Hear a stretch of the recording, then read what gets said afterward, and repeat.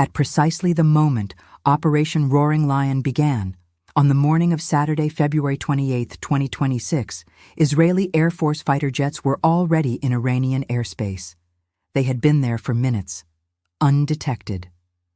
Because Iran's air defense systems in western and central Iran had already been destroyed in the preceding hours. Not degraded, not suppressed, destroyed. The radar arrays that would have tracked incoming aircraft were offline. The surface-to-air missile batteries that would have engaged them were rubble. The integrated air defense network that Iran had spent 2 decades building, that Iran believed would prevent exactly this moment, gone. Before the main strike wave began. So when the first precision munitions fell on downtown Tehran at first light on Saturday morning, there was nothing between the aircraft and the targets were not radar installations, not missile batteries, not nuclear sites. The targets were people, in specific rooms, in specific buildings, 40 of them, in 60 seconds. IDF spokesperson Brigadier General F.E. Defrin announced it this morning. He did not describe it as a battle. He did not call it a campaign. He used a phrase that carries the weight of a generation of intelligence work and operational planning compressed into a single minute of execution. He said, in the opening minute of Operation Roaring Lion, 40 senior Iranian commanders were killed. 1 minute, 40 commanders, the most lethal 60 seconds in the history of the Iranian security apparatus. And this morning, as the IDF releases additional details of what Israeli and American intelligence found inside Tehran's command structure before those 60 seconds began, the picture that is emerging is not just a military achievement. It is the most complete intelligence penetration of a hostile government's top command in modern history. Before I show you every name, every location, every piece of intelligence that made those 60 seconds possible, and what the IDF and CIA found when they mapped the inside of Tehran's war room, this channel has followed this crisis from the first carrier deployment to the Geneva talks to the Jebel Ali shutdown. Every script, every piece, every layer beneath the headline. Today is the layer beneath the strike itself, the intelligence story that nobody is telling in full. Hit subscribe right now. Turn on notifications. Because the intelligence architecture that produced those 60 seconds is the most consequential covert operation in a generation, and its details are still emerging. You need to be here for every confirmation. Now, let me show you what was inside that war room and how the IDF knew exactly where to look. Start with the CIA. Because the 60-second strike was not a lucky hit. It was the product of a specific intelligence handoff that senior officials confirmed to Fox News and the New York Times within hours of the operation. A U.S. spy agency tracked the location of Supreme Leader Ali Khamenei in real time and handed that intelligence to the IDF. A U.S. intelligence agency tracked his location in real time and gave it to Israel. This is extraordinary on its own terms. Not because American and Israeli intelligence cooperate, they do routinely, but because tracking the location of a foreign head of state in real time, specifically to enable a lethal strike, is an act with no modern precedent among countries not formally at war. The operation was not declared. The United States was not constitutionally at war with Iran when this intelligence was handed over. Congress had not voted. The war powers clock had not started. And a U.S. intelligence agency was providing real-time location data on a head of state to enable his assassination. Senior defense officials confirmed a second critical detail. The strike timing had to be moved up. The original operational timeline was accelerated. There was, in their words, a deliberate decision to accelerate the timeline based on intelligence and, this is the phrase that tells you everything, the target of opportunity. Target of opportunity. That phrase is military terminology. It means a high-value target appeared at a specific location at a specific moment that was not anticipated in the original plan, and the decision was made to strike immediately rather than wait for the scheduled timeline. The target of opportunity was Khamenei himself. at a location the CIA was tracking in real time. The timeline was moved up. The strike was executed, and 40 Iranian commanders died in the 60 seconds that followed. Now let me show you exactly who died in those 60 seconds. Because the names the IDF has confirmed publicly tell you the structure of the Iranian security apparatus that was dismantled in a single minute. The IDF confirmed 7 deaths at the senior security leadership level in official statements this morning. Additional commanders, making up the 40 total, were at lower levels of the hierarchy. Together, they represent the operational leadership of every branch of Iran's security and military system. Name 1. Ali Shamkhani, Secretary of the Supreme National Security Council and head of Iran's Decapitation Strike Defense Council. The man this series covered in depth, appointed specifically because he survived the Israeli assassination attempt in June 2025. The man who was supposed to be the one person the system could function around after a decapitation strike, killed. Iran International confirmed it. The IDF confirmed it. The system built to survive a decapitation strike did not survive this one. Name 2. Aziz Nasirzadeh, Iran's defense minister, the man who oversees the procurement, development, and deployment of Iran's entire conventional and unconventional weapons inventory. The official responsible for ballistic missiles, drones, and every weapon system that Iran is currently firing at the Gulf states, killed. Reuters confirmed it, citing Israeli military and regional sources. Name 3. Mohammad Pakpour, commander of the Islamic Revolutionary Guard Corps, the highest operational military position in Iran. The man who commands the force that fires the missiles, runs the proxy networks, manages the nuclear program security. Pakpour was appointed after the death of Hossein Salami in June 2025's 12-day war. He held the position for less than 9 months. Killed. IDF confirmed. Name 4. Abdolrahim Mousavi, Chief of Staff of Iran's Armed Forces, the man who coordinates all military branches, Army, Navy, Air Force, IRGC, under a single command authority. The third person to hold this position in less than 2 years. His predecessor, Mohammad Pakpour, was killed in June 2025. Mousavi was appointed to replace him. Now Mousavi is dead too. IDF confirmed his death this morning. Name 5. Salah Assadi, head of intelligence for Iran's Emergency Command, the official responsible for intelligence operations during a military crisis. The man whose job is to maintain situational awareness for Iran's leadership in the worst-case scenario. Killed in a worst-case scenario he did not survive long enough to manage. Name 6. Mohammad Shirazi, head of the military office of Ali Khamenei, the man who managed the Supreme Leader's day-to-day military briefings, his access to command channels, his secure communications. The man who sat beside Khamenei when intelligence briefings arrived, dead with his principal. Name 7. 4 top Ministry of Intelligence officials. Iran International reported them. The IDF confirmed the Ministry of Intelligence was among the institutions struck, names not yet publicly disclosed. That is 7 confirmed senior leaders, and the CBS intelligence source confirmed 40 total officials across all locations, not all in one room, but across the command network that the CIA and Mossad had spent years mapping. 40 in 60 seconds. Now let me show you the intelligence operation that made those 60 seconds possible. Because what the IDF found inside Tehran's war room did not come from a lucky satellite image or a single defector. It came from one of the most sustained and sophisticated intelligence penetrations of a hostile government in recorded history. The IDF said the opening wave was carried out under IDF intelligence guidance. That phrase, intelligence guidance, describes something precise.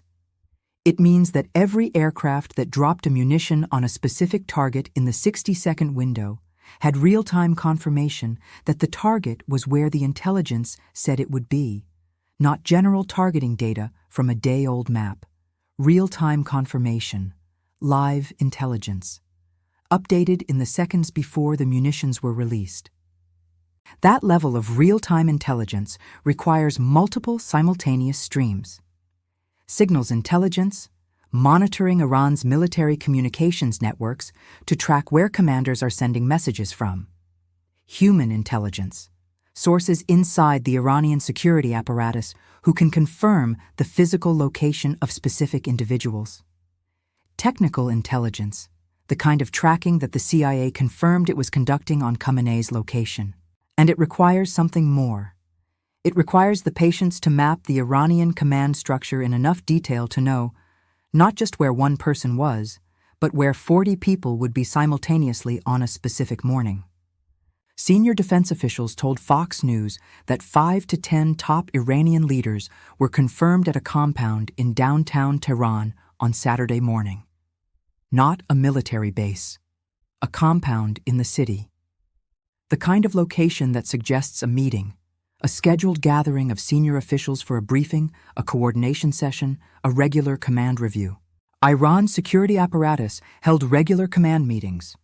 The Islamic Republic's senior military and intelligence leadership met regularly to coordinate operations, review threat assessments, and update contingency plans. The IDF knew about those meetings. The CIA knew about those meetings.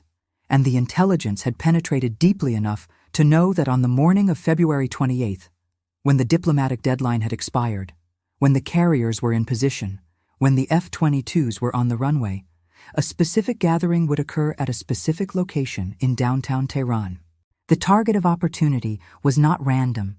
It was anticipated, tracked, and struck with 60 seconds of precision fire. Here is the piece that makes this intelligence operation more significant than any previous Israeli covert operation, including the assassination of Iranian nuclear scientists, the Stuxnet cyber attack, and the 2018 warehouse intelligence theft. All of those operations struck at Iran's capabilities.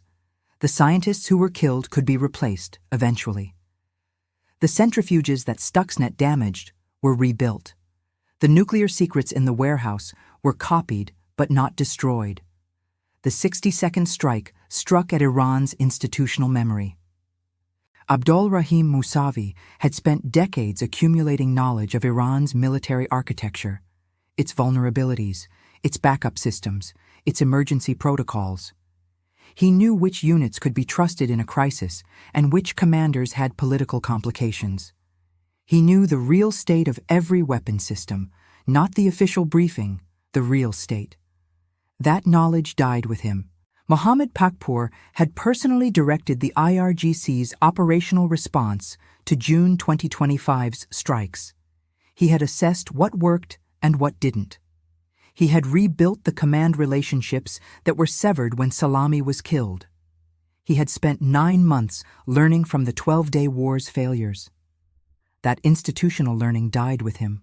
Ali Shamkhani had personally designed Iran's Decapitation Strike Defense Council, the distributed command architecture specifically built to ensure the regime could function after exactly this kind of strike.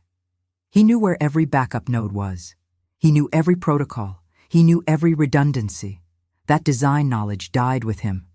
40 commanders, 60 seconds, decades of combined institutional knowledge about Iran's real capabilities, real vulnerabilities, real command architecture, gone simultaneously.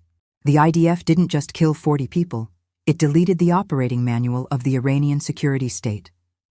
Now let me show you what the war room itself contained. Because the intelligence that enabled the strike also enabled exploitation, the collection of documents, communications intercepts, and technical data from the destroyed command center that is already changing what America and Israel know about Iran's weapons programs. CBS News confirmed that before the strike, American and Israeli intelligence agencies had successfully mapped the command compound with sufficient detail to precisely target occupied rooms rather than building shells. This level of precision requires floor plan intelligence, the knowledge of where inside a building specific individuals would be during a specific meeting.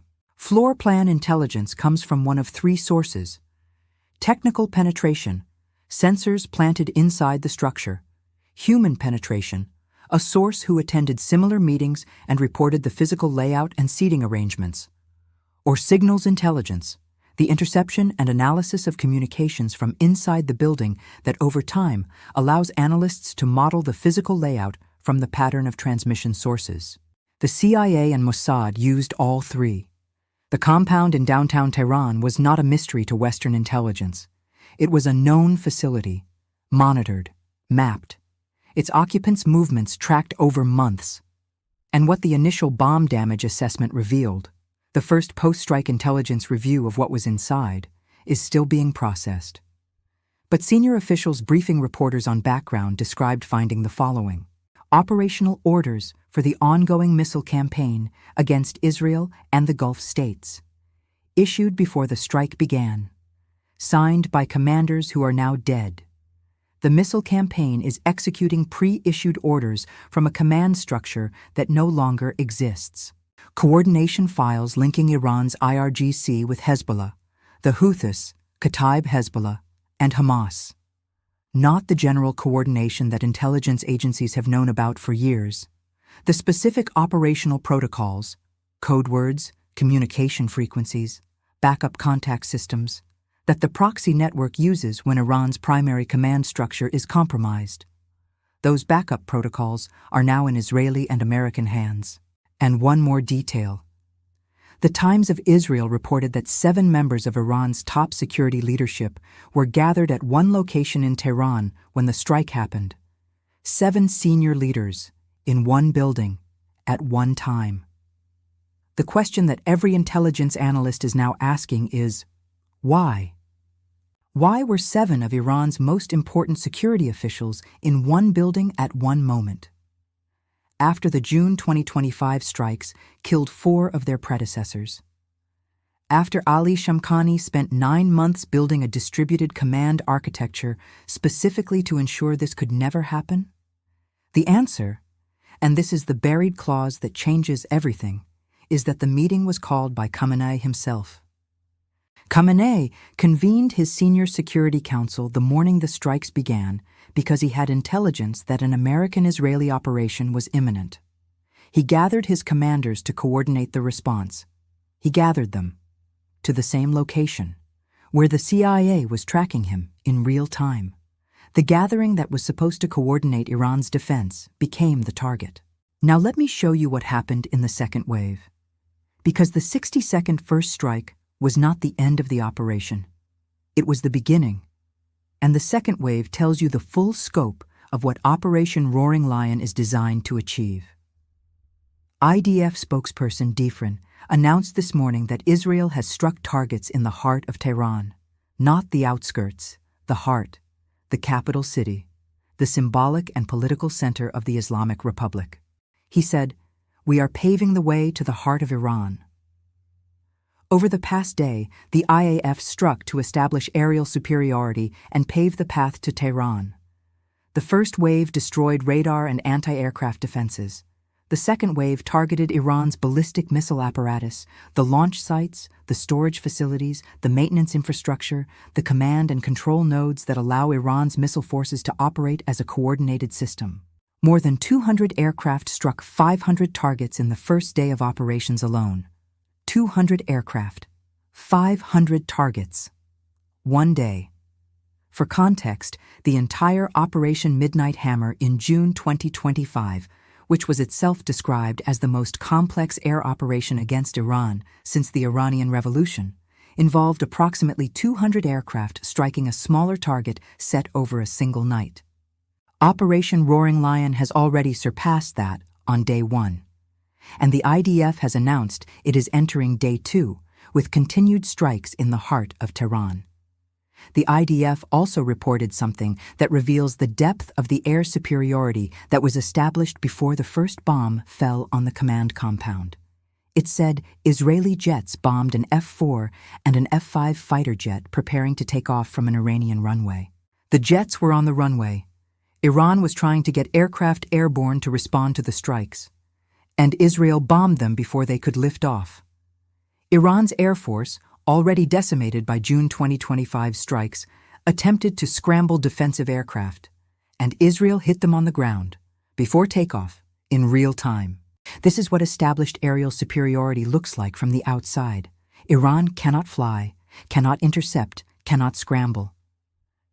The aircraft that were supposed to defend Tehran against exactly this scenario were destroyed on the runway before they could become a threat. Here is the succession crisis that now governs everything, because 40 commanders killed in 60 seconds did not just eliminate individuals. It created a constitutional emergency inside the Iranian state that has no clean resolution while missiles are still flying. Ali Khamenei is dead. The Assembly of Experts is constitutionally required to select a successor. But the Assembly cannot safely convene in Tehran while Israeli aircraft are striking the heart of the capital. Several Assembly members are dead. Others are in locations whose safety cannot be confirmed. The Assembly halls in Tehran are in an active strike zone. Iran's top security official, Ali Larijani, the former parliament speaker who Khamenei had designated as caretaker in the event of his death, announced a temporary leadership council. He accused the US and Israel of trying to dismantle Iran as a nation-state. He warned specifically that secessionist groups, Kurdish groups in western Iran, Arab groups in Khuzestan, Baloch groups in the southeast, would face severe consequences if they take action. The warning about secessionist groups tells you what the Temporary Leadership Council is most afraid of right now. Not the Israeli aircraft, not the American carriers. The possibility that Iran's ethnic minorities, suppressed for decades by the regime that has just been decapitated, see this moment as their window. Iran's western regions are predominantly Kurdish. The Kurdish Peshmerga in Iraqi Kurdistan have been placed on alert. Erbil International Airport was struck by Iranian missiles because Iran is trying to prevent Kurdish territory from being used as a staging ground for any internal destabilization operation. The IRGC's internal security mission, crushing dissent, suppressing minorities, preventing secessionism, depends on the chain of command that was just eliminated in 60 seconds. Without Pakpour commanding the IRGC, without Nasirzadeh at the Defense Ministry, without Shamkhani coordinating through the Defense Council, the IRGC in Western Iran is executing pre-issued orders. The proxy networks are executing pre-issued orders. The missile forces are executing pre-issued orders. But pre-issued orders end. And when they do, the people receiving those orders need someone to ask for new ones. That someone does not exist yet. Larijani's temporary council has no constitutional authority to issue new operational orders. The IRGC's institutional hierarchy will continue its own chain of command. But Iran's ability to coordinate a coherent military strategy, as opposed to executing pre-planned responses, is severely degraded. Israel knows this. CENTCOM knows this. And the second wave of strikes targeting the heart of Tehran is designed to keep it degraded as long as possible. Now let me show you the one Iranian response that suggests the decapitation was not as complete as the 60-second kill number implies. Iran's missile attacks in the hours after the opening strike demonstrated what the Wikipedia entry on the war described as shorter command latency relative to the 12-day war. Command latency is the time between a decision to fire and the actual launch of a weapon. In the June 2025 12-day war, Iran's response was slow and poorly coordinated because the command structure was disrupted. In the hours after the February 28th strike, after 40 commanders were killed in 60 seconds, Iran's retaliatory launches were faster, more coordinated, less hesitation between waves, shorter command latency after a larger decapitation strike. This suggests one of two things. Either Iran pre-authorized its retaliation. The IRGC field commanders were given authorization to execute specific retaliation scenarios without requiring approval from the top of the command chain, or the portions of the command structure that survived the 60-second strike were better positioned to maintain operational continuity than the IDF anticipated. The Shamkhani architecture, the Decapitation Strike Defense Council that this series covered in detail, the distributed command protocols embedded before the operation.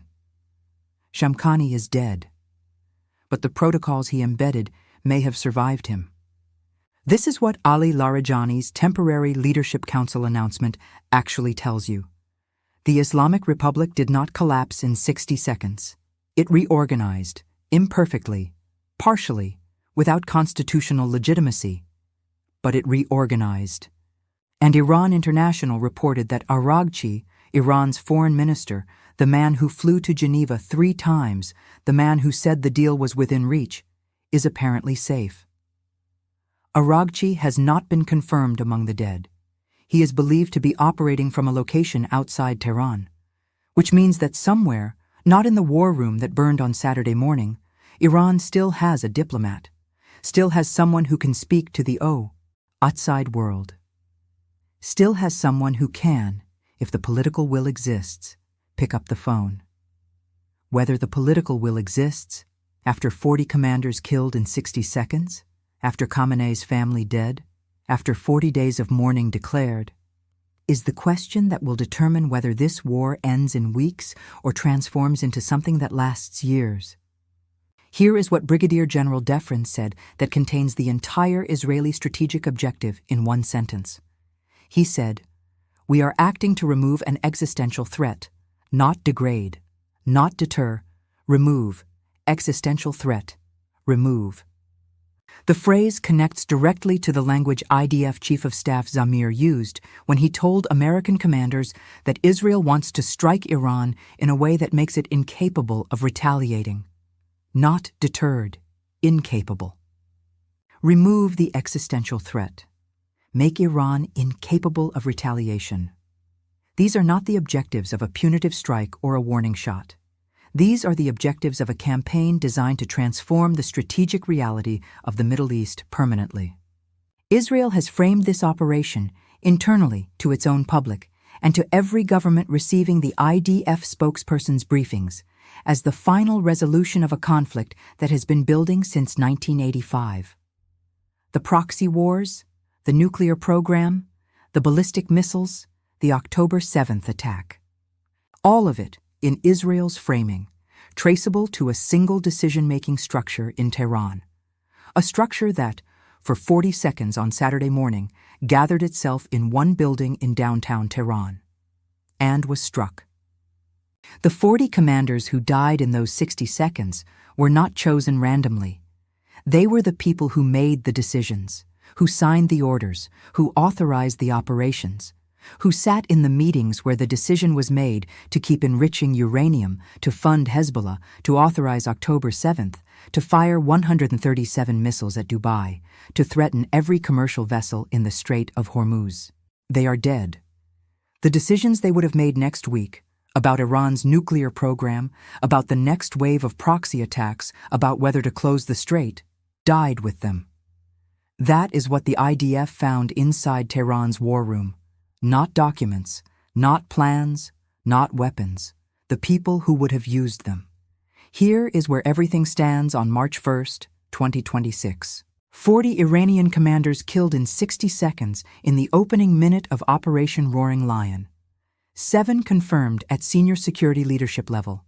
Khamenei dead, Shamkhani dead, Pakpour dead, Nasserzadeh dead, Mousavi dead. The command architecture of the Islamic Republic eliminated in under a minute. CIA tracked Khamenei's location in real time and handed intelligence to the IDF. Timeline was deliberately accelerated when the target of opportunity appeared. 5 to 10 senior leaders confirmed at the compound. 40 total across all strike locations. 200 Israeli aircraft struck 500 targets in the first day of operations. Air superiority established over western and central Iran. Iranian F-4 and F-5 jets bombed on the runway before takeoff. Iran's Air Force cannot fly in its own airspace. Ali Larijani announced a temporary leadership council. No constitutional authority to issue new operational orders. Assembly of experts cannot safely convene. Succession process stalled in an active strike zone. Iran's retaliation shows shorter command latency than the 12-day war, suggesting pre-authorized response protocols are functioning despite the decapitation. IRGC field commanders are executing pre-issued orders.